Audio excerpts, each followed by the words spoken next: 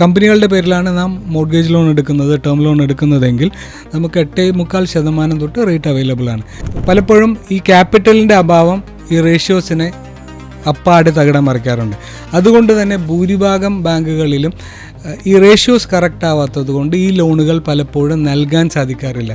പക്ഷേ ഇന്ന് മാർക്കറ്റിൽ റേഷ്യോസ് ഇല്ലെങ്കിൽ പോലും നൽകാൻ രീതിയിലുള്ള ബാങ്കിങ് സറഗേറ്റ് പ്രോഡക്ട്സ് മാർക്കറ്റിൽ അവൈലബിൾ ആണ്.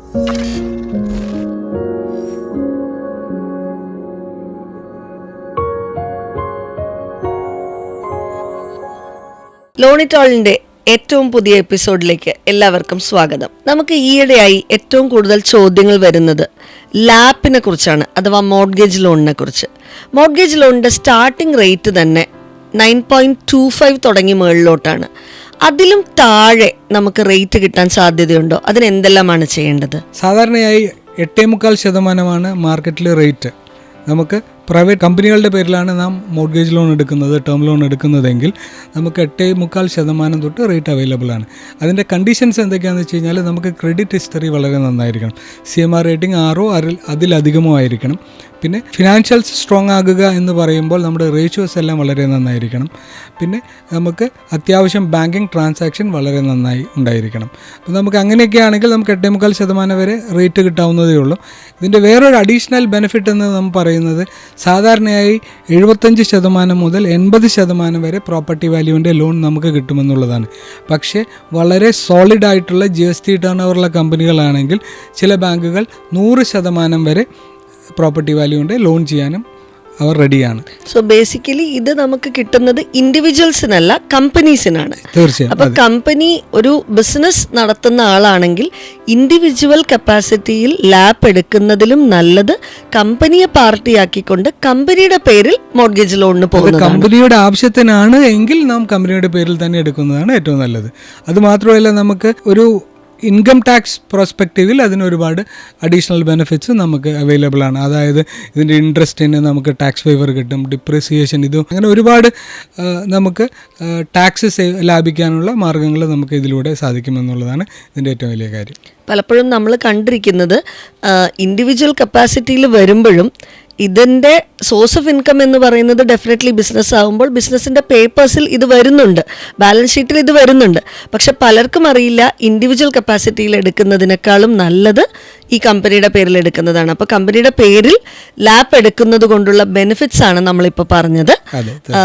സോ ഇൻഡിവിജ്വലി എടുക്കുന്നതിനേക്കാൾ എന്തുകൊണ്ടും നല്ലത് കമ്പനിയുടെ പേരിൽ തന്നെ ലാപ്പായിട്ട് എടുക്കുന്നത് തന്നെയാണ്. കമ്പനിക്ക് വേണ്ടിയാണെങ്കിൽ മാത്രം, അതൊരു ഫണ്ട് ഡൈവേർഷൻ അല്ലെങ്കിൽ അത് നമ്മൾ കമ്പനിയുടെ പേരിൽ എടുത്ത് ആ പൈസ പുറത്തൊരു ആവശ്യത്തിന് കൊണ്ടുപോവുകയാണെങ്കിൽ കമ്പനിയുടെ ഫിനാൻഷ്യൽസിനെ അത് ഒരുപാട് നെഗറ്റീവായി ബാധിക്കും. അതുകൊണ്ട് തന്നെ കമ്പനിയുടെ ആവശ്യമല്ല, നിങ്ങൾ പുറത്തൊരു ആവശ്യത്തിലേക്കാണ് ഇത് കൊണ്ടുപോകുന്നതെങ്കിൽ ദയവായി നിങ്ങൾ ഇൻഡിവിജ്വലി തന്നെ എടുക്കണം. എന്നാൽ കമ്പനിയുടെ ആവശ്യങ്ങൾക്ക് പല ആളുകളും ഇൻഡിവിജ്വൽ ലോൺ എടുത്ത് കമ്പനിയിലേക്ക് കൊണ്ടുവരുന്ന ഒരു പ്രവണത കാണാറുണ്ട്.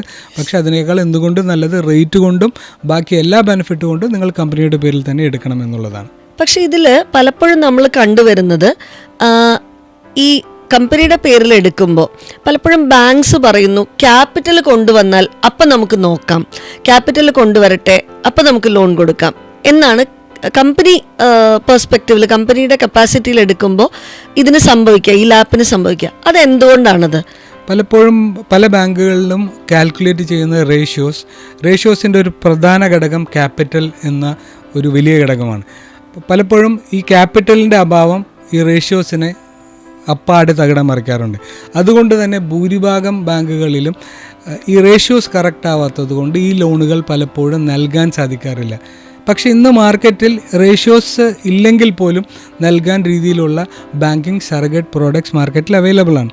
ഫോർ എൻ എക്സാമ്പിൾ പറയുകയാണെങ്കിൽ ചില ബാങ്കുകളിൽ നമ്മൾ ബാങ്കിങ്ങിൻ്റെ ആവറേജ് മാത്രം എടുക്കുകയും അതിൻ്റെ ബേസിസിൽ അവർ ഈ എലിജിബിലിറ്റി കാൽക്കുലേറ്റ് ചെയ്യുകയും ചെയ്യുന്ന ഒരു പ്രവണതയുണ്ട്.